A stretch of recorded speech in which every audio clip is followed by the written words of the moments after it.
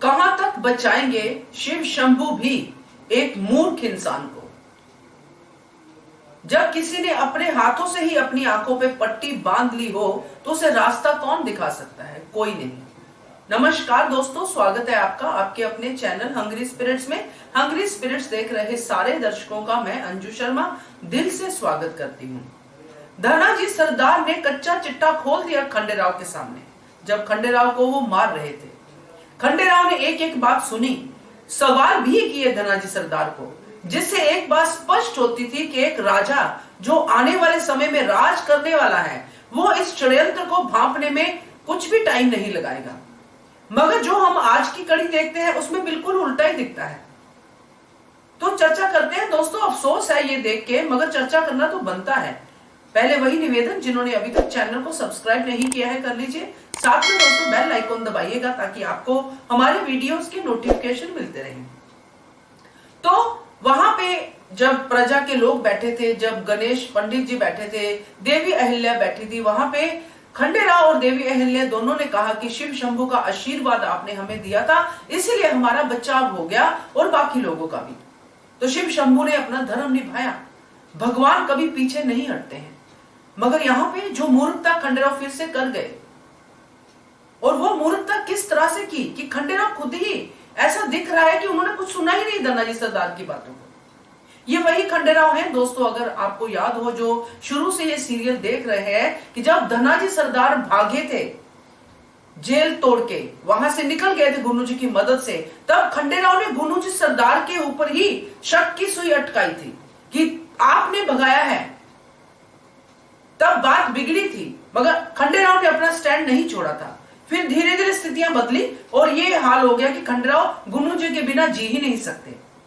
अब जब धनाजी सरदार ने खुलेआम कहा कि तुम्हारे बहुत सारे दुश्मन हैं, वाड़े के अंदर ही हैं, बहुत सारे संकेत दिए कि हमले पे हमला हमने किया, रतलाम में जिसमें गुन्नू जी को सजा हो चुकी है उसमें भी मेरा ही हाथ था, तो ये किसी भी राजा को का ज्यादा टाइम नहीं लगेगा ये कड़ियां जोड़ने में कि ये बंदा भी शक के दायरे में है, जिसको पहले से सजा 2 बार हो चुकी है। मगर यहां पे हम देखते हैं कि कितनी आसानी से एक इतना बड़ा ड्रामा क्रिएट करके एक बार भी नहीं सोचा।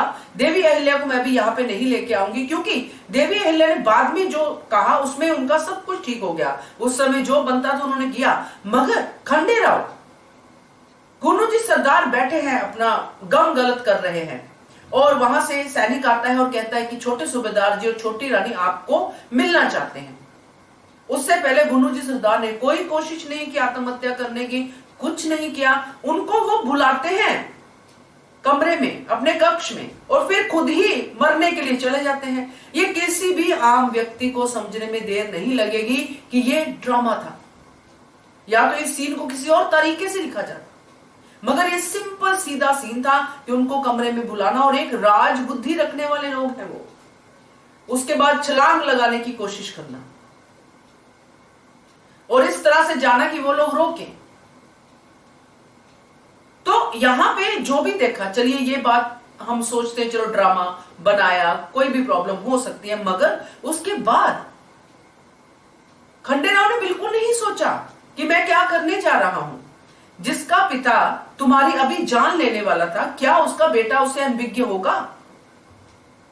जो खुलेआम पिता कह चुका है कि मैं हर षड्यंत्र में शामिल था, वो सारे षड्यंत्र जो वाड़े के अंदर से हैं, तो वाड़े के अंदर कौन हो सकता है उनका साथी?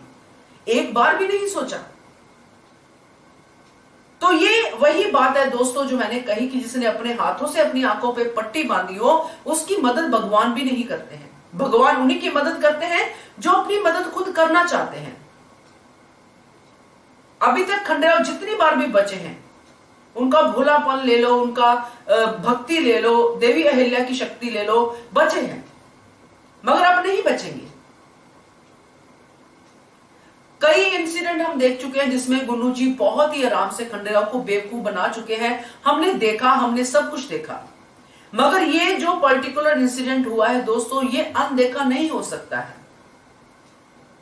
इतने मूर्ख तो नहीं थे खंडेराव, जिसके सामने उनको चाकू मारते वक्त एक बंदा इतनी सारी बातें कह जाता है। सारे एक के बाद एक, बचपन से लेके अभी तक के सारे षड्यंत्र कन्फेस करता है। क्या एक बार भी उन षड्यंत्रों में जिसमें खंडेराव की जान लेने की हर बार साजिश थी, क्या गुन्नू जी शामिल नहीं होंगे? क्या खंडेराव ने बिल्कुल फ्लैशबैक में नहीं सोचा कि तब तो इन दोनों की बड़ी बनती थी? तो अकेले धनाजी सरदार कैसे रिस्पॉन्सिबल हो गए? ड्रामा बनाना कोई गलत बात नहीं है दोस्तों, मगर मूर्ख बनाना गलत बात है। तो यह मूर्खतापूर्ण ही था जो खंडेराव को दिखाया गया। खंडेराव यहां पे उनको संभालते, उनको सब कुछ करते, मगर यह आश्वासन नहीं देते उनको तैश में आके, जोश में आके। देवी अहिल्या भी तो संभाल ही रही थी ना। खंडेराव तो अपनी गिल्ट कम करने आए थे कि पिता को हमने छीन लिया है, हमारी जो भी लड़ाई झगड़ा हुआ उसमें एक बेटे ने अपने पिता को जो है खो दिया है, जैसे कि मल्हार सरकार ने कहा। मगर आप राजा हो, ये बात कैसे भूल गए? आपने सजा दी है। एक भगोड़ा मुजरिम आपके सामने आपको मारने की कोशिश कर रहा है, आपने उसको मारा। तो ऐसा बेटा जो उनके सामने ये कह रहा है कि मेरा बाप ऐसा था, मेरी रगों में उनका खून, गंदा खून, ये वो सब बोल रहा है, तो आप वहां पे क्या कर रहे हो? आप उनको, उनकी जो भी उनका साथ हुआ है उसकी इनाम दे रहे हो। तो ये जो था दोस्तों, ये सच में मुझे तो बहुत ही ज्यादा मतलब अच्छा नहीं लगा, क्योंकि जो हुआ है, जितना इमीडिएटली ये चीजें होनी, एकदम से बातों में आ जाना, एकदम से बातें मान लेना, किसी की नहीं सुनना, ये सब चीजें जो है बहुत ही गलत दिशा में गई हैं। क्योंकि इससे जो खंडेराव थे, जो हमें दिखा चुके हैं, वो खंडेराव यहां पे बिल्कुल नजर नहीं आते, जिनको ना तो षड्यंत्र की समझ है, ना उनको इंसानों को परखने की समझ है, उनको किसी तरह की कोई समझ नहीं है। एक ही उनका गुण है, अवगुण है, जो है गुस्सा और मूर्ख बनना। तो ये तो मेरा कहना है इस सीन को देखने के बाद, क्योंकि मैंने तो ये सोचा था कि अब जो मैंने वीडियो में भी शेयर किया था कि अब जो हुआ है, जैसे कि मालेराव का अपहरण हुआ है, ये सारी बातों को डिटेल में टेस्ट किया जाएगा। ड्रामा तो बनता है कि शक की सुई किधर जाते, तब गुन्नू जी उनको घुमाते तो बात अलग थी, तब गुन्नू जी घुमाते, मगर ये तो कुछ भी नहीं हुआ।